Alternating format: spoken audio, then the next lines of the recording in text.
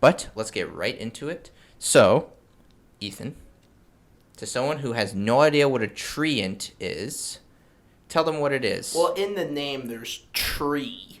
So, Yes. so every intelligent being would think, oh, it's probably something that deals with trees. Well, you are correct, my good sir. It is basically a giant sentient tree. Mm-hmm. And its trunk is normally like split in half, which makes its great legs. They have like legs. They're tall, like humanoid trees, about like 15 to 20 feet tall. Their branches or other parts of his trunks make their arms, and they have a bark face. So basically, like their face is like kind of carved to make like a barky face, I guess. Yeah. Mess that one up. If you But, imagine yeah. a face made out of wood. Basically, yeah. And it moves, it's a 3D face. It's not like you just carved a face into it. It's like literal pieces kind of of wood. molded into like the bark as a face. Yeah, So like lips are made out of wood, nose made out of wood, like beard made out of wood, but not carved, like literal pieces of sticks wood, and yeah. all that sort of stuff. Yeah, so like the wood is you think is like kind of like flesh for a human, but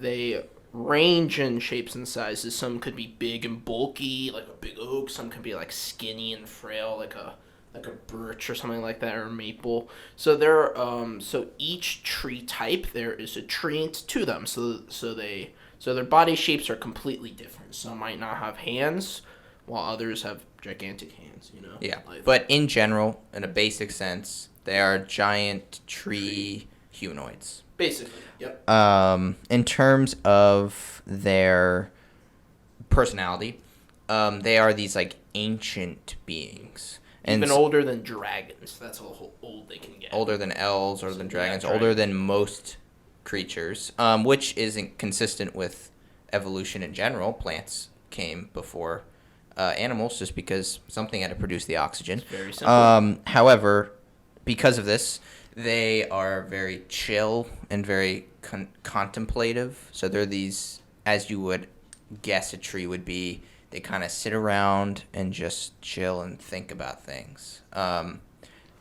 But that doesn't mean they can't be riled up, and they can get pretty energetic if you don't mess with make their them. trees.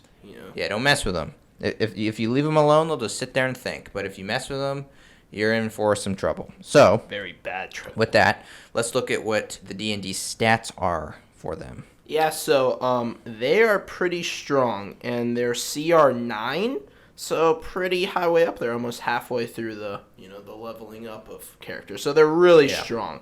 So generally their armor class AC is 16, the same as wood. So Natural armor. Yeah, natural armor. Is it the same as wood? I'm pretty sure it is. That was the same as stone. Well, even so, that's even stronger. It would make sense if it was the same as wood. But, well, I mean, it's magical. But they're more than just wood. I mean, they're magical. Movement takes an AC. Like if something can dodge to some extent, that gets factored in, sort of. Yeah, no, that makes sense.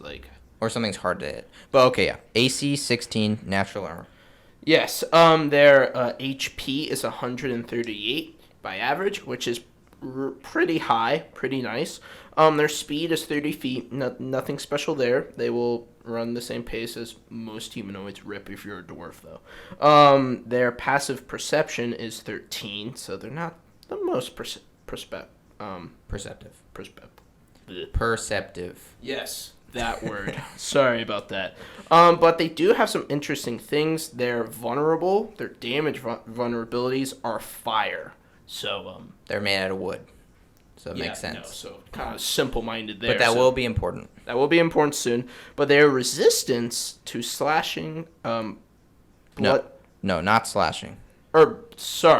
Bludgeoning, misread that, and piercing damage. So don't try to hit the tree with a hammer, or don't try to hit him or stab him with a spear. Use an axe. I guess a sword. Yeah, typically bludgeoning, slashing, piercing are all like bunched into one as kind of like your basic damages. But in this case, slashing is actually normal while the other two aren't. So Which they do makes make a sense, distinction though. here. Yeah, sorry, I just misread that. But yeah, it makes sense because you cut down trees with an axe. Yeah. Axes do slashing damage. Hey, perfect weapon. But it's actually not the perfect weapon. Fire's the perfect weapon. Well, yeah, because fire literally burns all trees to ash. But so if we get into their stats, like so the first thing is their strength. They get a +6, so above, halfway. Really strong. They're very strong. Their dexterity, they're a tree, so they got a -1, so they're not really the most dexterous. Kind of surprising that they only get a -1. You would think that, like, since they're like a tree. Yeah, they do. Yeah. They are fully capable of moving around, though. Yeah.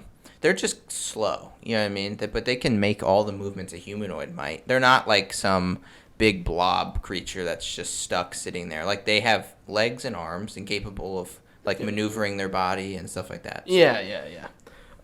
They also have a high constitution, which is a +5, so pretty good stuff. So they're tanky. Their intelligence is a +1, so they're above average of a human. They have high wisdom with a +3, which makes sense. They've been around a while. Yeah, they've been a while. They kind of sit there and think a lot. That's kind of what they do. And their charisma is a +1. So generally, pretty good stats. Yeah, pretty good stats. Pretty good stats. The only negative one is dexterity, and not even by that much. Yeah, so it doesn't even hinder them that much. But do you want to go into their abilities and their attacks? Yeah. Before that, though, their languages are. You didn't say languages, right? No. Okay, so they speak Common, of course. Druidic, Elvish, and Sylvan. So Druidic is obviously the language of the Druids, so that makes sense. They like Druids, guys. So. Yes, we'll get into that. That makes sense. Nature, right?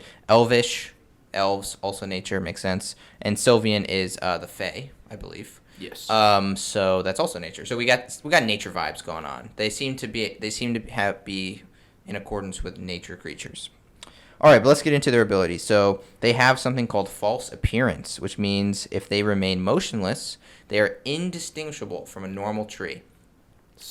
Yeah, so one of the most stealthy things. And I think the only thing that could see through it is like true sight, which like only gods have. Right. Yeah, so. Right. So yeah, that's a cool power and makes sense because if you could just see them, that wouldn't help very much. It'd be like, oh, there's a treant just sleeping there. Just chilling. Yeah, but so they can remain motionless. Or they can remain indistinguishable from a tree while motionless. And I just want to say we are going to be talking about the quote unquote monster. There is a player character. I didn't know there was a player character. It's cool. I mean, it may not be 100% official. Are you like huge? But it's a really cool thing. So we'll save that. We'll save a possible player character for another episode. We're just talking about the main monster, the monster manual. So yeah, false appearance, they have it. Next thing they have is siege monster. So they are this giant tree thing, and they are chaotic. They're anti-civilization. They are based on Tolkien's Ents. Tree Ent. Ents. Makes sense. Yeah. And in Tolkien's work, they pretty much represented anti-industrialization and like protector of like nature, right? So they don't really like structures. So and you saw what happened to Saruman's his fortress. Literally, they tore it apart. That scene will tell you a ton about the D&D Treants because D&D basically based them exactly off them. If you watch that video, you will see like everything you need to see in a nutshell. Really, it's a really good clip. But as siege monster, they deal double damage to objects and structures. So if there's a big dam in front of a river or something, I don't know, just off the top of my head, they can pull that apart with double damage. Okay, so let's get into their attacks, which we also see in that scene of Lord of the Rings. They have a multi-attack, so they can do 2 slam attacks. Pretty scary. Their slam attacks are slams. So, right, they take their giant wooden fists and feet and slam them into things, dealing 16 on average damage. So that's in total 32 damage per turn on average. Could be more, could be less. That's pretty good. That is good. But they also have an ability that they can use instead of those attacks and throw a rock. So it's a ranged attack called rock, and they just pick up a boulder or a rock and toss it, dealing 28 damage on average. So good damage there. Yeah, no, that is very good damage. And that is also in the scene of Lord of the Rings. They have tossing rocks all over the place. So it really is based off of them. Now, this is something that we don't explicitly see in the movie, Lord of the Rings. And this is their third ability and last ability, and it's called Animate Trees. This is a scary ability. Yeah, this is a scary ability. So they can do this once per day. And what it allows them to do is magically animate 1 or 2 trees in sight that are 60 feet away from them. And when they do this, these 2 trees become treants in terms of their stats. They're not fully fledged treants. Like, these treants are being animated by the original one. So they kind of just woke up. They're like, what the heck is going on? You go kill these dudes with the torches. They're burning down. They're actually a little more... They're mindless, basically. They have an intelligence of 1 and a charisma of 1. So they're literally like... Not even zombies, like kind of like a robot. They're just like they're robot. animated from the original treant, and that treant is basically commanding them. But in terms of all their other stats, they get the same. So they have the +6 to strength, 5 Wait, so they also constitution. have high wisdom. They do. So they're wise. Yeah, which probably would mean like when they're fighting, they don't just like they understand what it would mean to like not get hit by something. You know what I mean? Right. They're like, wait, I probably shouldn't touch that glowing thing. You know, that guy's sword kind of looks dangerous. It's on fire. Yeah, maybe don't touch it. Maybe don't touch it. But maybe they would. You know, who knows? Maybe. They can't speak, and they can only slam. So they can't throw rocks or anything, because it would be nice to just animate some trees behind you and have them tossing rocks. But no, they can do a slam. It doesn't explicitly say that they have multi-attack, so I would say they only have 1 slam, as opposed to the original having 2. Mm-hmm. I mean, doesn't it copy all the stuff from the original Treant? It copies the stats, and by that, I believe it means the modifiers. Because if it copied everything on the stat block, then it would also be able to animate trees. And there would just be an endless animating of trees. You woke up the forest. The forest wakes up, kill on sight. Yeah, every tree in the vicinity. Yeah. That would be bad. And just the final thing on this is these trees are animated for a day at the most, so 24 hours. But they also die, which means they turn back into a tree.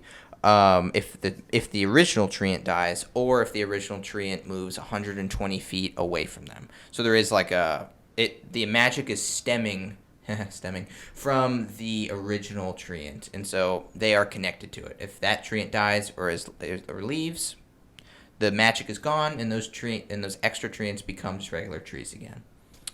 And that is all treants have. They're pretty simple, right? They have their 1 magical ability to animate. They have their attacks, rocks, fists, you know. Because they're a siege monster, they can attack things with attack structures with extra damage. They can look like a tree, pretty basic. So yeah, they're just like these really big trees. And with that is a level 9. They're CR9. Wait, so that just means because when they do so the big. awakened trees, like basically they're making like, I don't know, 2 other CR7s. Well, that I think animate trees really makes them CR9. Like if they didn't have that, you just have this big, like, bulky, giant, strong thing, which is good. But again, like 4 PCs with their own magic and their own stuff would be able to take it down. Yeah. But when that thing just snaps its fingers and all of a sudden the 138 HP triples, pretty scary. That makes a big difference. Yeah, no, that does. Yeah, very scary. I'm actually pretty sure the Ents, from Lord of the Rings actually do kind of like do the awakened tree thing. It's unknown. It's unknown whether he awakens. Do you remember the scene where? Well, there was 2 scenes. Do you remember the scene where like the hobbits were hiding in the tree's roots, and then that tree like just began to like suffocate them, and he's like, "No, stop it!" And he like kind of like pulls them out. And then the other scene is like all the orcs start to run away, and then all you hear is screams as like the trees are just like shaking, and then there's just silence. So these trees are mass murderers. They care. Oh, they can be. Care. So let's kill everyone. It's scary.